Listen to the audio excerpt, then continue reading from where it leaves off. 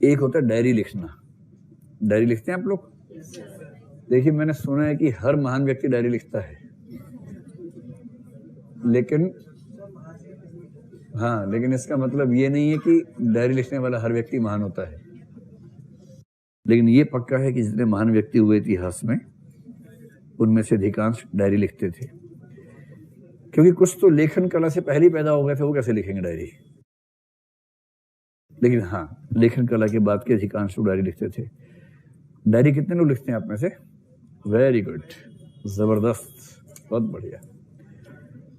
लेकिन असली बात है डायरी में क्या लिखते हैं और कैसे लिखते हैं, असली बात यह है। डायरी लिखना तो एक, अगर आप डायरी लिखते हैं समझ लो पहली कड़ी, पहली शर्त आपने पार कर ली कि आप महान होने के रास्ते में पहली शर्त पार कर गए हैं। लेकिन बाकी भी तो शर्तें हैं, वो इस बात से तय होता है कि डायरी में आपने क्या लिखा। देखो, डायरी में दो तीन बातें हैं। पहला, सिर्फ अपने बारे में लिखा या अपने आप को एक सामाजिक, राजनीतिक, आर्थिक मनुष्य मान के लिखा।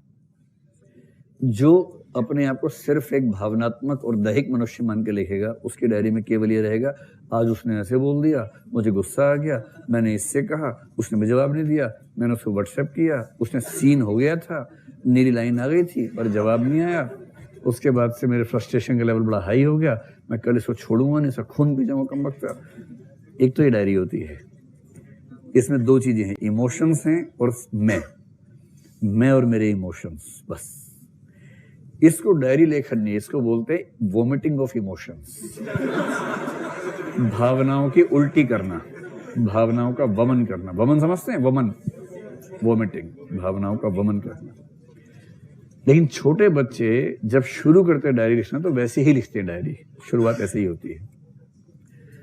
और जो व्यक्ति खुद को तार्किक, सांस्कृतिक, सामाजिक, आर्थिक, राजनीतिक मनुष्य मान के लिखता है ना, उसकी डायरी अलग होती है।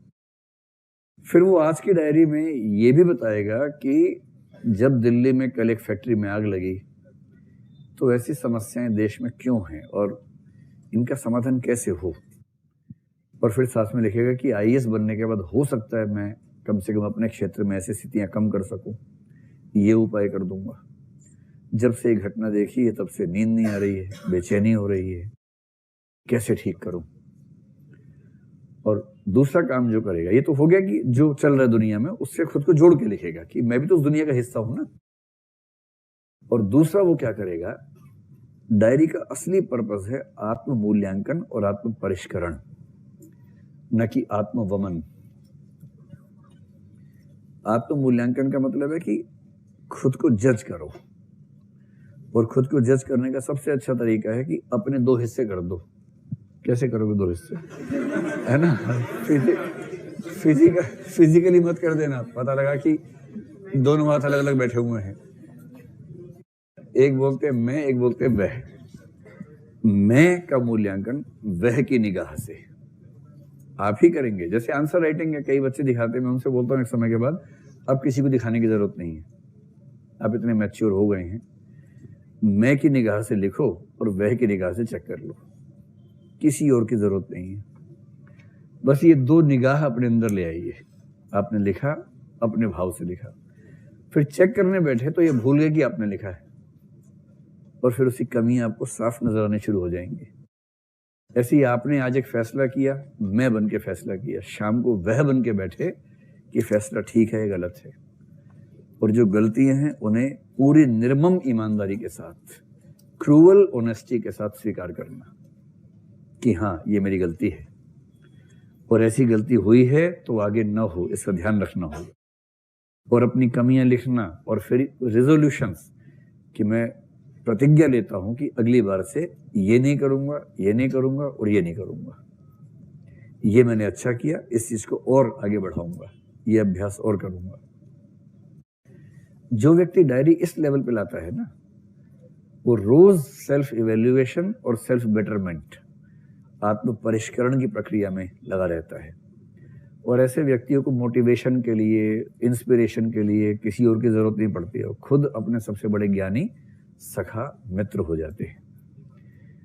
तो अब आप बताओ कि आप में से कितने लोग डायरी इस मूड में लिखते हैं?